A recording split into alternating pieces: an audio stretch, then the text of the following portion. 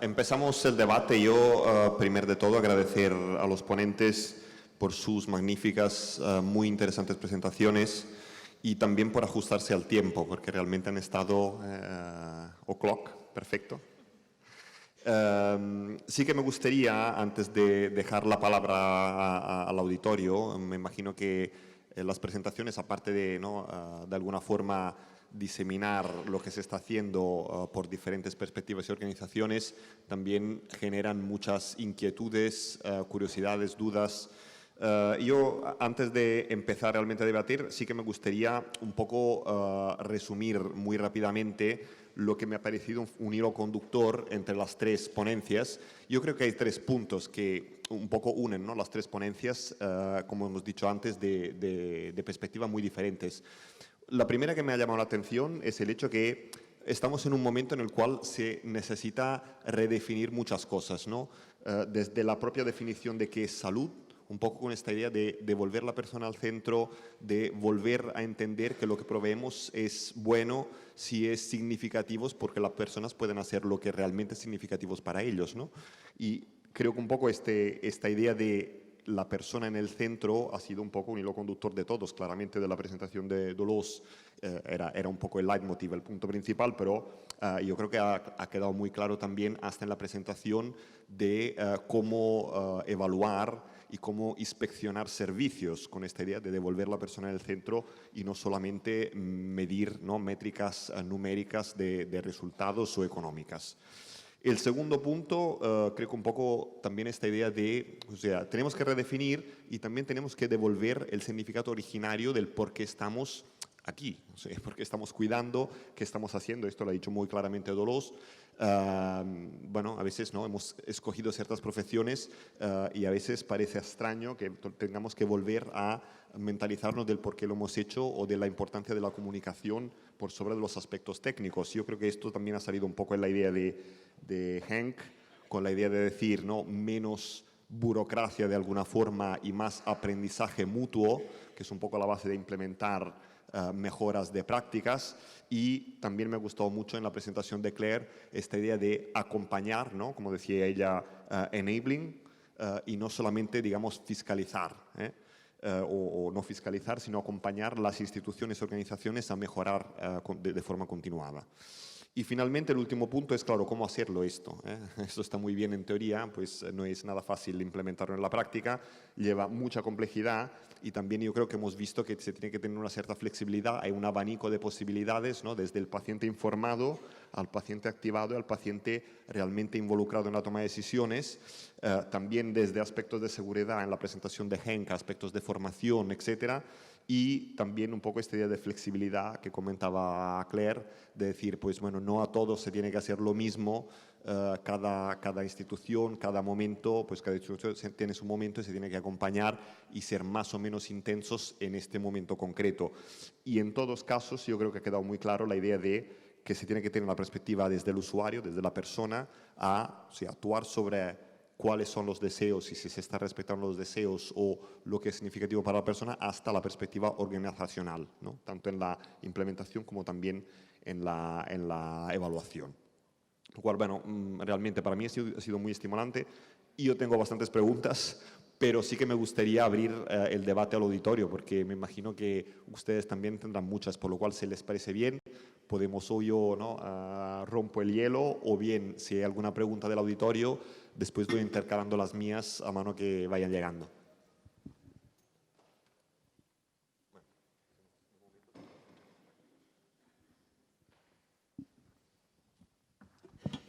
Sí. Buenos días, felicidades por las excelentes presentaciones. Una pregunta que quizás se deriva más directamente de la exposición de la doctora Navarro, pero que está implícita en todas, ¿no? Tomo el ejemplo cuando hablabas de informar, consultar, involucrar, colaborar, empoderar, y que de alguna manera está implícito, incluso explícito en alguna de las otras presentaciones, ¿no? Podemos hablar de todos esos adjetivos con relación a los pacientes y a los profesionales sanitarios, ¿no? Entonces, bueno, hay un aspecto muy concreto que es en la formación de profesionales sanitarios. ¿Qué opináis sobre lo que está pasando, sobre lo que debería pasar? Pero lo cierto es que pues comunicar, por ejemplo, comunicar malas noticias, no necesariamente malas noticias, comunicar cualquier cosa importante en la interacción con el paciente, tener una comunicación que permita esta involucración que explicáis del paciente y de sus prioridades. Esto creo, hasta donde yo sé, que en las facultades, en los colegios profesionales no se enseña, ¿no?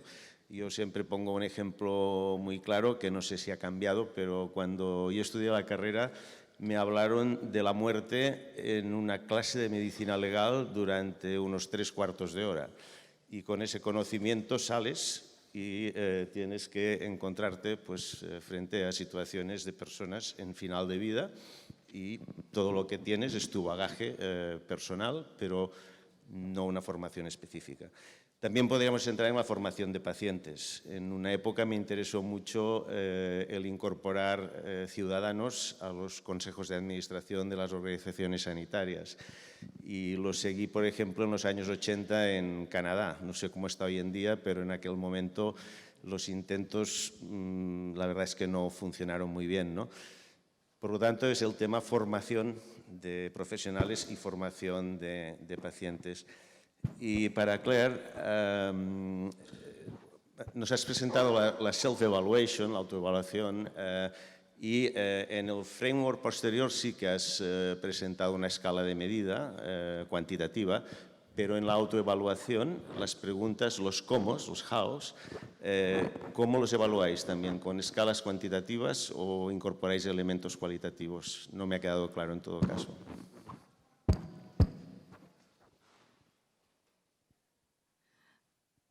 Muchas gracias.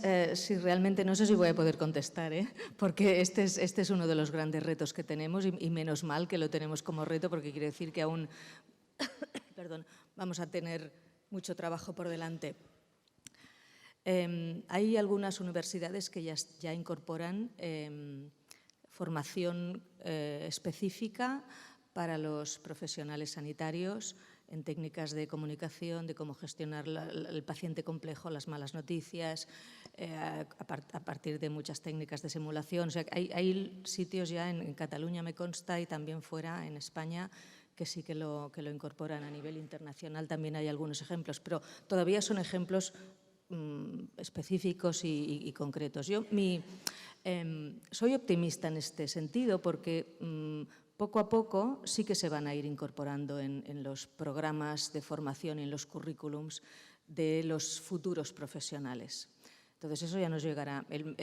Soy un poquito más pesimista en los profesionales que están trabajando hoy en día, en el que el día a día es muy amplio, hay muchas presiones, etc. Entonces, yo aquí lo que diría es que, obviamente, como he dicho antes, un profesional solo no puede hacer nada. Entonces, es necesario que las propias instituciones sanitarias, los hospitales, los centros de atención primaria, los centros sociosanitarios, incorporen, que las direcciones tengan claro que la línea de incorporar al paciente es algo que viene para quedarse y que la institución que no incorpore un plan de incorporación del paciente, pues le va a faltar algo. Si la dirección esto lo tiene claro, no es que tengamos que estar todos en la escala alta, en el nivel alto de la participación. No tenemos que tener todos unos pacientes en el comité directivo, necesariamente. Pero sí que podemos hacer experiencias puntuales que poco a poco vayan ayudando a que tenemos unos profesionales, por ejemplo, que están formados, que incorporan este saber abrir la oportunidad al paciente a participar, y estos luego vemos que tienen buenos resultados en general, pues esto ayudará a que otros profesionales lo vayan haciendo. Pero, insisto, la dirección tiene que tenerlo claro, tiene que tenerlo como una de las líneas estratégicas. Por otro lado, la formación de los pacientes es también un gran punto. aquí estamos trabajando también mucho, pero todavía falta mucho por hacer, porque no exista tanta variabilidad entre los representantes de los pacientes. Y para ser un buen representante de los pacientes o para participar yo como paciente de mi propio autocuidado, he de ser capaz de tener unas competencias también de comunicación, de negociación, de conocimiento de la información que me dan, y todo esto también se ha de aprender. Por lo tanto, siento que no te puedo contestar, pero es un punto clave que tendremos que desarrollar en el futuro. Sí. So I'd like to start by touching on the first question, because we've been working on an improvement project around end-of-life and palliative care in care homes for older people. And actually what's been really interesting from that is that sometimes the best person to communicate around end-of-life isn't necessarily a doctor or a nurse, but it might be the staff member, and that might be a domestic, it might be a cleaner, who knows the resident the best, who they relate to and have the best relationship with.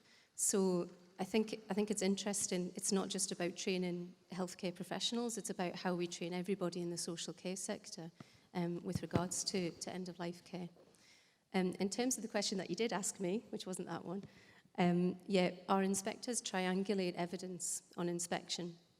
So while we're asking them to focus on what the care looks like and to speak to people about how they're experiencing care or observe how they're experiencing care, they also have to follow that up by looking at the records that the care service keeps. So for example, if it was around hydration and nutrition, we would ask, inspectors would observe a meal time, they would observe during the day, see where people have been offered food and fluids, where they weren't. They would then go and look at records for people sampling cases to see if where it needs to be food and fluid intake has been recorded, the quality of those records, and also look at the management around the kind of overview of everybody's food and fluid intake. So there's a triangulation. It's not just about asking people, do you get enough at meal times, although that's critical. I think that's very important that we innovate our training programs. It's not about reading textbooks, etc. Especially for all people, it's important to know how it is to, how you think when you are, for instance, have dementia. So we have a number of experiments, practices in our country where you can experience how it is to be in dementia, to have dementia, how it is to be a nursing home patient, for instance. And having that experience and feel how it is one of the main, is a very strong component of learning. And it doesn't matter whether you're a doctor or whether you're a cleaner or somewhere in between the higher professional ladder, but this type of learning is important. And the second thing which is very important is, which you already mentioned, Dolores, is negotiation skills. You have to have a good dialogue not only with your patient or client, but also with the family. And often they don't agree amongst each other. So that's a very complex situation that you have to negotiate with all the interests around the table. And that's something people hardly or not learn at whatever education they have. And in addition, of course, they need to know a lot about the diseases and disablements, etc. But I think these 2 points is where we really need innovation. And the point of training patients, that's a difficult one, especially when you're talking about nursing home care. There's not much time to learn, and there's not much skills when you suffer from dementia to be trained. So it's important that you have good representatives who can support it, maybe a little bit trained, but if we should provide care that people can have a say without they have had a training, they should be used to it, that they can speak up for themselves, and that's a matter of culture, I believe. Había otra mano levantada ahí, otra pregunta. Sí, buenos días. En primer lugar, felicitar a los ponentes por el interés de las presentaciones que han realizado. Yo quería preguntar a los colegas de Holanda y Escocia. Nos han presentado de una manera amplia proyectos de mejora de la calidad muy ambiciosos, con varios años de implantación. Y yo lo que la pregunta que les quería hacer es que normalmente, y por los años al llevar canas, donde ya me han permitido algunas experiencias, muchas veces presentamos proyectos o planteamos proyectos, hacemos mucha formación, hacemos muchas actividades, hacemos muchas reuniones y nos olvidamos del impacto real que queremos conseguir, ¿no? Cualquier proyecto de este tipo realmente pretende mejorar, ¿no? Y un buen proyecto o un buen programa de calidad a veces en una semana, en un mes, ya comienza a dar resultados. En vuestros casos no he visto resultados, pero seguro que habéis conseguido mejoras. ¿Nos podéis explicar cuáles han sido? Yes. Showing results of complex interventions is very difficult. In our case, the example that I gave is that is a change program of 1.5 to 2 years within an organization where 2-3 days a week there is a coach available, sometimes even more. But it works on all types of levels of functioning of this organization. But in the meantime, there have been budget cuts, there have been reorganizations, there have been new policies, etc. So it's very difficult to prove that your intervention has really made an improvement. Nevertheless, we make a very specific plan for each organization, and making a plan is an intervention as such. It's really a huge effort. And we have indicators where we can see and where they can see in particular what improvements they make. So for each organization, they have a specific type of improvement which was successful, and in some respects we failed. And what I would like to point is we work very closely with our Ministry of Health, Welfare and Sports.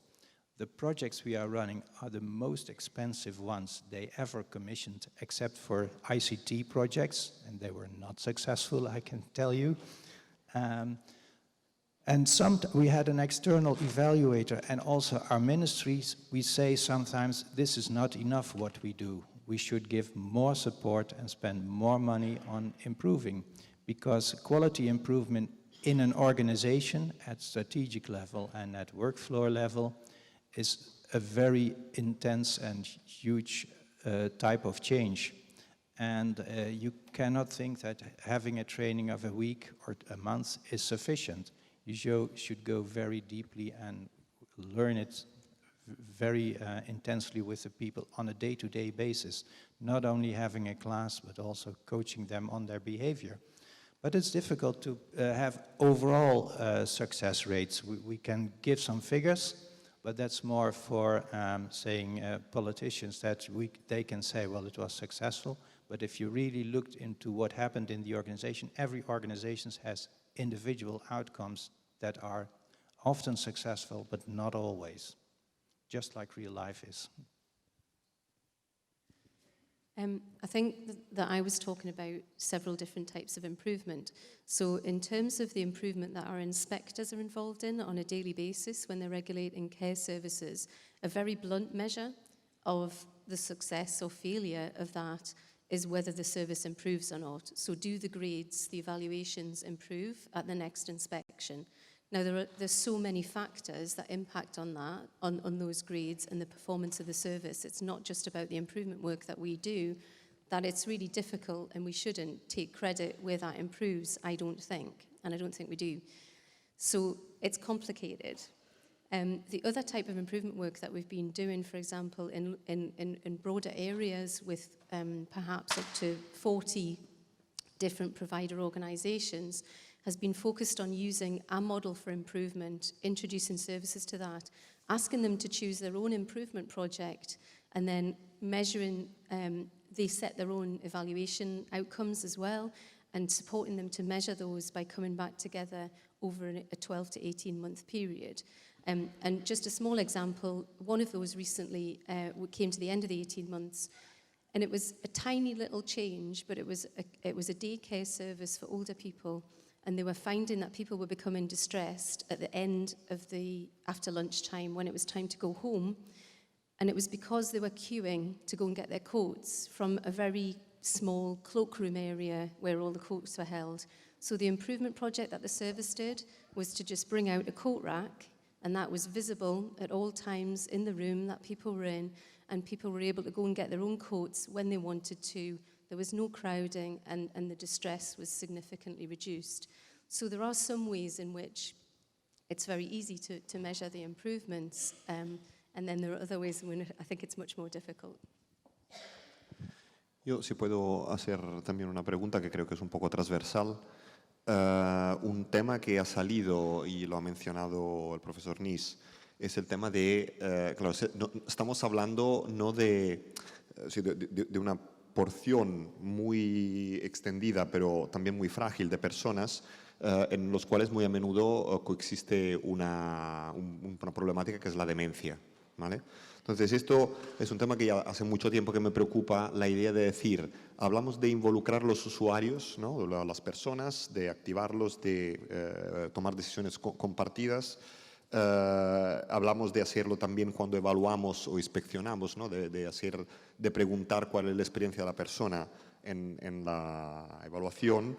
Pero claro, hay momentos en los cuales pues, puede ser complicado involucrar o preguntar al respecto de la experiencia de la persona, y es verdad que muy a menudo digamos, no confiamos en la experiencia y en la aportación de los cuidadores, pero en muchos casos, por ejemplo, cuando hablamos de evaluación de calidad en nursing home, en residencias, claro, los cuidadores tampoco son partícipes en muchos casos las 24 horas, por lo cual es muy complicado, ¿no? Referirse o confiar todo en el cuidador.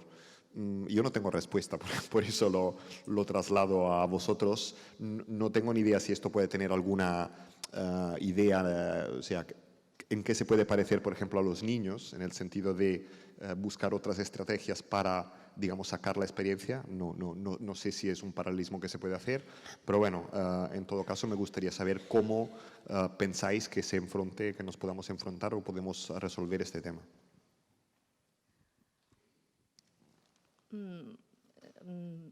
Hay, desde mi punto de vista, diferentes maneras de poder enfrentarnos al hecho de que la propia persona con demencia o en otras situaciones no pueda expresar sus valores, sus creencias, lo que desea. Y en caso de los niños, sobre todo los más pequeños, pues es un ejemplo también. Hay diferentes maneras, diferentes ejemplos y creo que la clave está en que el propio centro pueda tener esto, vuelva a lo mismo, pueda tener estos aspectos presentes en su toma de decisiones. Por ejemplo, ante una demencia o ante una situación en la que la propia persona no puede expresar algo, siempre hay, o en algunos momentos hay casos antes de que llegue ese momento en el que la persona ya no puede expresarse, en el que sabiendo un poco lo que va a pasar, sí que podemos avanzarnos y haciendo partícipe, hablando de esta participación de la persona en lo que han de ser sus cuidados, que esta persona sea consciente de lo que puede venir a continuación, de que a lo mejor en un momento determinado no va a poder por sí misma expresar y por lo tanto, bueno, vendría a ser un poco lo de las voluntades anticipadas, adaptándolo aquí, es decir, bueno, en un futuro, ¿cómo usted desearía que fuera tratado? ¿Quién sería la persona de referencia, que no necesariamente a veces va a ser un familiar determinado, puede ser un propio profesional o un amigo?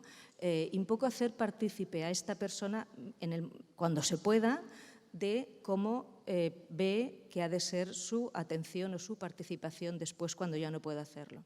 En el caso concreto de los pacientes en salud mental, y hablando de las asociaciones de pacientes y familiares de pacientes y cómo representarles, saben también ustedes que hay a veces incluso fricciones entre los pacientes en salud mental o pacientes mayores con algún tipo de discapacidad que quieren representarse a sí mismos, y momentos en los que estos propios pacientes dicen que sus familiares no les representan. O sea, que hay asociaciones de pacientes y asociaciones de familiares de pacientes. Y muchas veces en nuestro entorno estos dos tipos de asociaciones no se ponen de acuerdo, precisamente en este punto que es tan importante, que es el de quién me representa a mí y quién me va a representar cuando yo no pueda hablar por mí mismo. Entonces, hay maneras en las que si el centro, si la institución sanitaria, si los profesionales prevén que estas personas en determinadas situaciones, y puede pasar mucho en las personas mayores, ¿no?, por todas las comorbilidades que pueden tener, va a llegar un momento en el que no van a poder expresar de una forma clara cómo quieren ser tratados, qué es lo que les importa, qué es lo que necesitan, eso se puede anticipar, siempre y cuando estas personas estén preparadas y hayan formado parte de este proceso de participación que decíamos.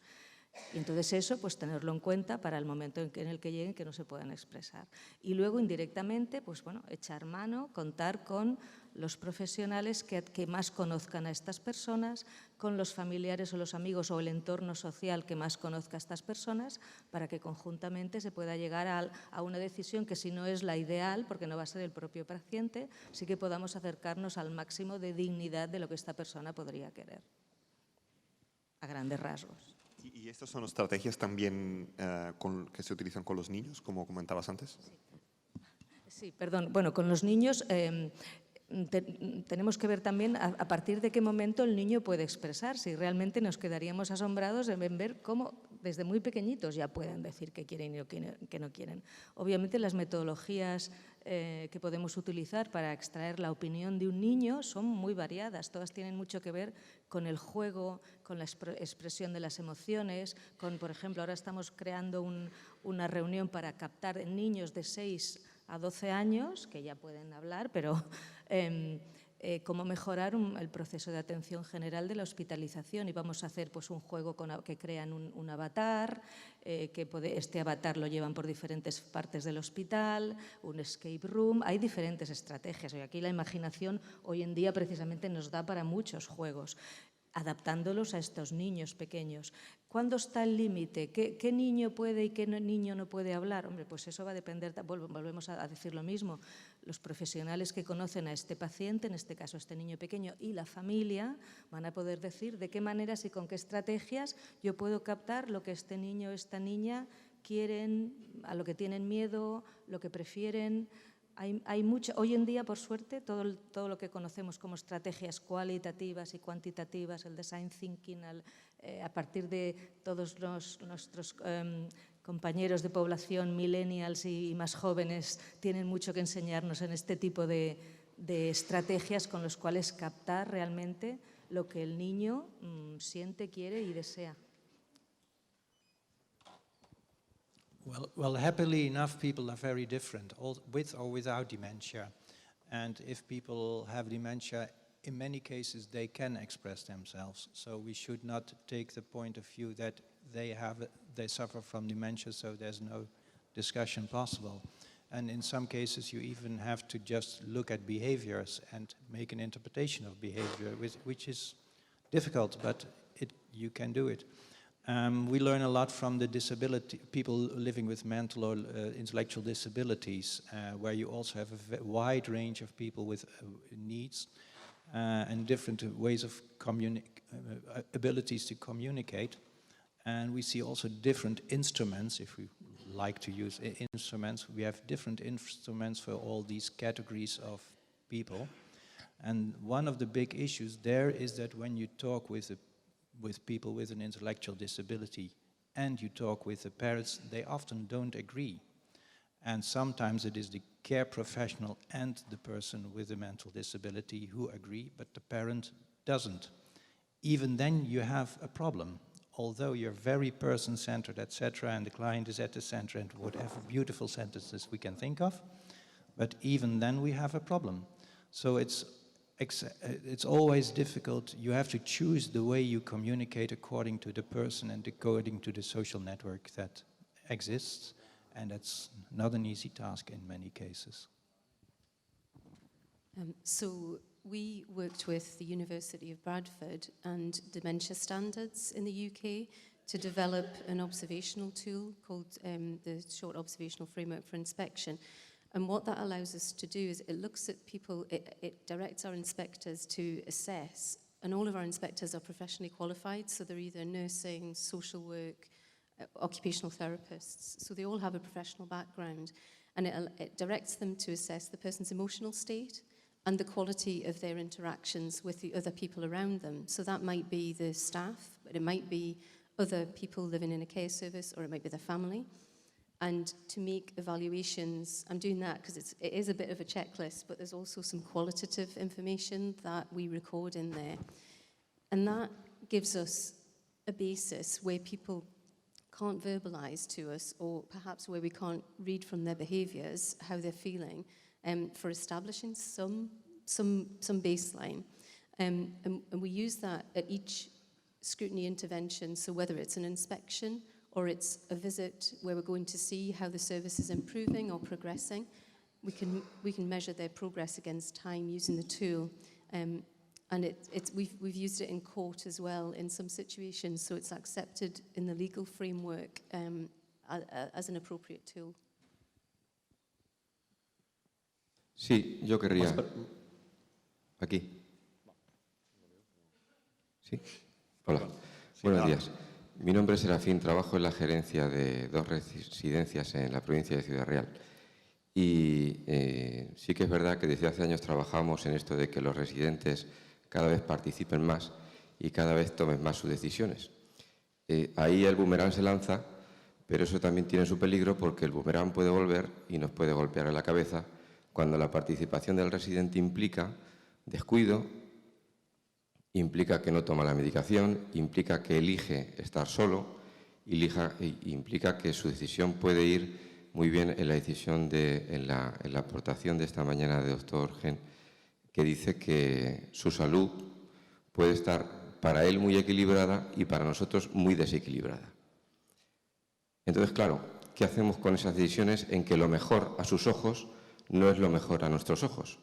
Y en que hacerle caso a nuestros ojos puede ser desatenderlo o dejarlo solo. ¿Pedirías unas respuestas breves? Porque tenemos poco tiempo. No sé si hay alguna otra pregunta. A lo mejor después, si hay alguna muy breve, muy telegráfica, la podemos coger. Si no, después damos paso al cierre de la mesa. Pero, por favor, respuestas breves. Es también un dilema en este caso. A lo mejor podemos empezar por allá, esta vez. Haven't got the answer. There's a basic problem. Every one of us makes stupid decisions and does things that are not very sensible. And we have a right to make the wrong decision from an expert point of view. And patient people have that right as well. But the point is, can they make an appropriate decision? And that's a very ethical issue that I think has to be addressed at an individual level. We can't give a generic answer.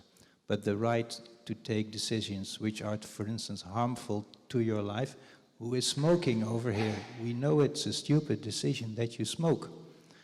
But you have the right to smoke and take this stupid decision. So it's a very gradual and difficult question. Yeah.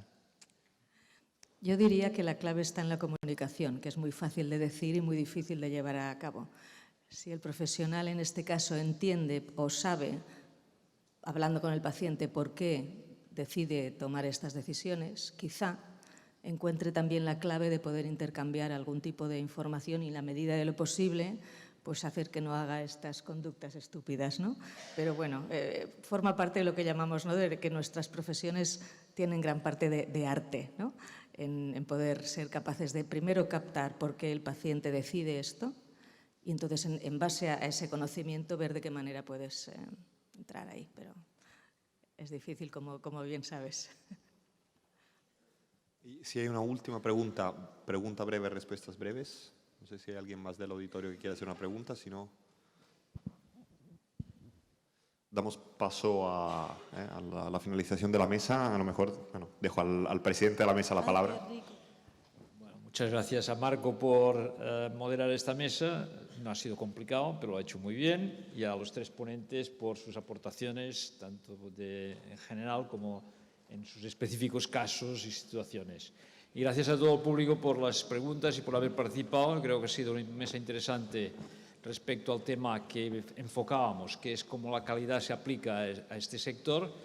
Vamos al café y después continuaremos. Gracias.